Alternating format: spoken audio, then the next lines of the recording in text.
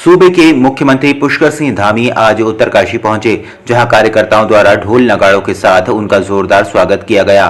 भटवाड़ी विकास खंड के रामलीला मैदान में मुख्यमंत्री पुष्कर सिंह धामी ने जनसभा को संबोधित कर लोकसभा प्रत्याशी रानी माला राज्य लक्ष्मी के समर्थन में वोट देने की बात करते हुए मोदी के आत्मनिर्भर भारत को वोट देने की भी अपील की। और उन्होंने कहा कि जब भी उत्तरकाशी पहुंचता हूं सुकून सा महसूस करता हूं, क्योंकि यहां गंगा का उद्गम स्थल है। प्रधानमंत्री मोदी जी को तीसरी बार प्रधानमंत्री बनाने के लिए सहयोग करना है, जो उन्होंने 400 पार का नारा दिया है। आज लोगों में बहुत उत्साह है, बहुत लोगों में जोश है और सारे लोग मुझे लगता है कि 19 अप्रैल के दिन की प्रतीक्षा कर रहे हैं कि 19 अप्रैल जल्दी से जल्दी आए और हम लोग मोदी जी को भारी बहुमत से इस क्षेत्र से जिताने एक रिकॉर्ड कायम करें और तीसरी बार। और आज जो हमारी इस क्षेत्र की जनता ने उनका स्वागत किया और जो उन्होंने बोला कि हमारे बीच में राज लक्ष्मी जी को भारी मतों से विजय करवाना है। सीमांत ब्लॉक में आए और हमें मार्गदर्शन उनका मिला और इस बार जो हम लोगों का एक नारा है अब की बार 400 पार, उसको दृष्टिगत रखते हुए सभी वोटर्स सभी कार्यकर्ता बंधु एकजुट होकर के कार्य कर रहे हैं। धामी जी का बहुत बहुत स्वागत करता हूँ, अभिनंदन करता हूँ जो उन्होंने हमें इस लायक समझा कि यहाँ पर आए और यहाँ के जिस विशाल जनता ने उनका तहे दिल से और प्यार से उनका स्वागत किया। भाजपा नेताओं पर व्यक्तिगत टिप्पणी करने के मामले में कांग्रेस की प्रदेश सह प्रभारी दीपिका पांडे को चुनाव आयोग ने नोटिस भेजा है। बता दें कि दीपिका पांडे झारखंड की महगामा विधानसभा सीट से विधायक हैं और चुनाव संचालन के लिए वे देहरादून आई हैं। इस दौरान उत्तराखंड में प्रधानमंत्री नरेंद्र मोदी की पहली जनसभा मंगलवार को रुद्रपुर में हुई। जनसभा को लेकर कांग्रेस की प्रदेश सह प्रभारी दीपिका समेत राज्य के कांग्रेस नेताओं ने देहरादून स्थित कांग्रेस मुख्यालय में प्रेस कॉन्फ्रेंस की, जिसमें आरोप है कि इस दौरान प्रधानमंत्री को लेकर व्यक्तिगत टिप्पणी की गई। व्यक्तिगत टिप्पणी को चुनाव आयोग ने आदर्श आचार संहिता का उल्लंघन माना, जिसके चलते दीपिका पांडे को नोटिस भेजा गया है। कोई भी ऐसी चीज नहीं गई जिस पर उनको नोटिस दिया जाए। उन्होंने यही कहा जो अंकिता भंडारी के मर्डर जब मर्डर हुआ उसके बाद जो उनकी मदर ने जो स्टेटमेंट दिया उसके आधार पर उन्होंने कहा कि आखिर क्या कारण है कि सरकार उस वीआईपी को बचाने की कोशिश कर रही है।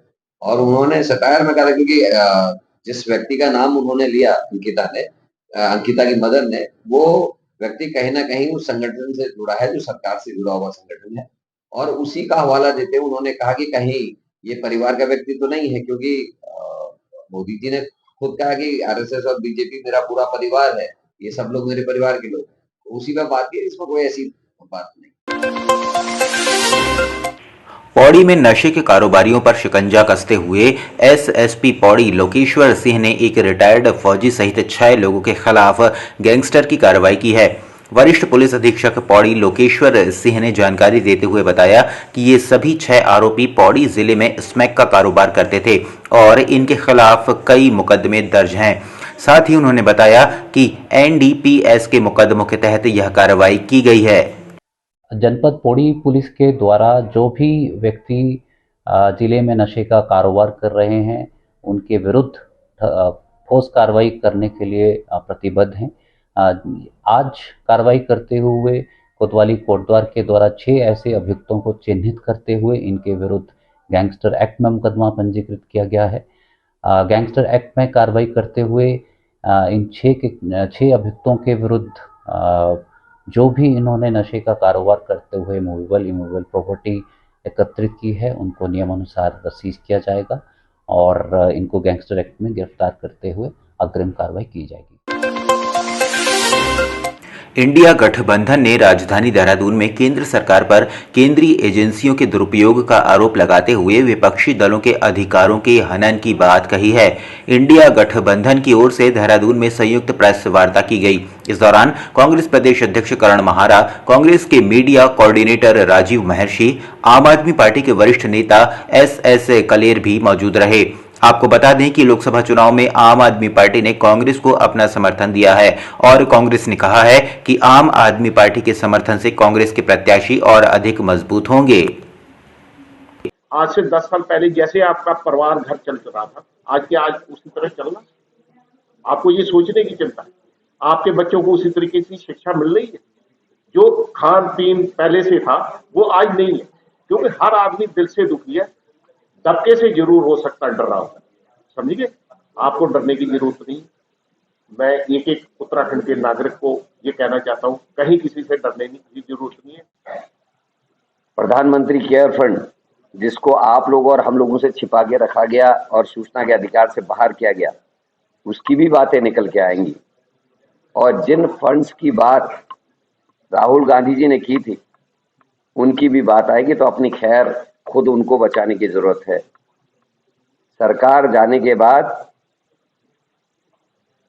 जो सरकार आएगी वो उन सभी प्रकरणों का खुलासा भी करेगी और जो कार्रवाई है वो निश्चित तौर पर होगी, लेकिन वो डराने की नहीं होगी, वो किसी निर्दोष को भयभीत करने की या जेल में डालने की नहीं होगी, लेकिन सख्त कार्रवाई होगी। जो दोषी होंगे उनको निश्चित ही जेलों के पीछे डाला जाएगा। ये हमारी तरफ से नरेंद्र मोदी जी को जवाब है।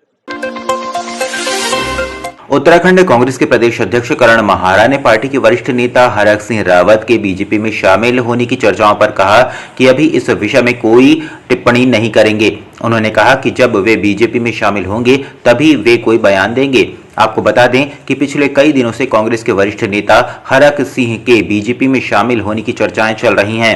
हालांकि हरक सिंह रावत की ओर से इस विषय में अभी कोई बयान नहीं दिया गया है और न ही बीजेपी की ओर से इस पर कोई बात की जा रही है। कांग्रेस के प्रदेश अध्यक्ष करण महारा ने कांग्रेस छोड़कर बीजेपी में शामिल होने वाले नेताओं को लेकर कहा कि जिन नेताओं को ईडी और अन्य एजेंसियों की ओर से नोटिस जारी किए गए हैं, वे ही लोग बीजेपी में शामिल हो रहे हैं। प्रेस आपके सामने की थी, जिसमें मैंने वॉशिंग मशीन का जिक्र किया था। तो इसमें कोई बड़ी बात नहीं। जो अपराधी हैं, जिनके इंस्टीट्यूट्स बंद होने की नौबत है, जिनके क्रैशर्स को नोटिस आए हैं या जिनको ईडी सीबीआई का खतरा है, वही लोग जा रहे हैं। और ऐसे लोग जाएं भी तो अच्छा है। बीजेपी को जवाब देना पड़ेगा। जिनको स्वयं दागी बता रहे थे, जिनके ऊपर ईडी की जांच, सीबीआई की जांच बैठा रहे थे, या जिनके क्रैशर्स में उन्होंने कुछ लगाया था अर्थदंड, उन्हीं लोगों को बीजेपी में क्यों शामिल किया जाए? मसूरी की सड़कें इन दिनों बदहाल अवस्था में हैं। पेयजल निगम द्वारा यमुना मसूरी पेयजल पंपिंग योजना के तहत सड़कों को खोद दिया गया है। सड़कों की खुदाई के बाद चारों ओर मिट्टी के ढेर लगे हैं और धूल से लोग परेशान हैं। शीघ्र ही पर्यटन सीजन शुरू होने वाला है। ऐसे में सड़कों की बदहाल स्थिति से पर्यटन नगरी मसूरी में पर्यटकों की संख्या में गिरावट आने की संभावना है। 5 अप्रैल को उपराष्ट्रपति के लाल बहादुर शास्त्री राष्ट्रीय प्रशासनिक अकादमी में पहुंचने की सूचना पर राष्ट्रीय राजमार्ग 707A पर अधिकारियों के द्वारा आनन फानन में मिट्टी बिछाई जा रही है और गड्ढों को भरा जा रहा है। जो आजकल जो कार्य किया जा रहा है वो इसलिए किया जा रहा है जल्दबाजी में कि 5 तारीख को यहाँ पे उपराष्ट्रपति का दौरा है मसूरी में, उसको लेकर फिर रोडों की लीपापोती की जा रही है, जो आने वाले समय में फिर दुर्घटना का कारण बनेगी। तो मैं तो शासन प्रशासन से यही मांग करूंगा कि जब भी कार्य हो तो गुणवत्ता के आधार पर हो। ऐसे ठेकेदारों से कार्य करा जाए जो गुणवत्ता के साथ कार्य करें। अगर कोई विकास कार्य होता है तो उसके साथ थोड़ा सा दिक्कत तो लोगों को थोड़ी सी होती ही है, जब तक वो पूर्ण नहीं होता है।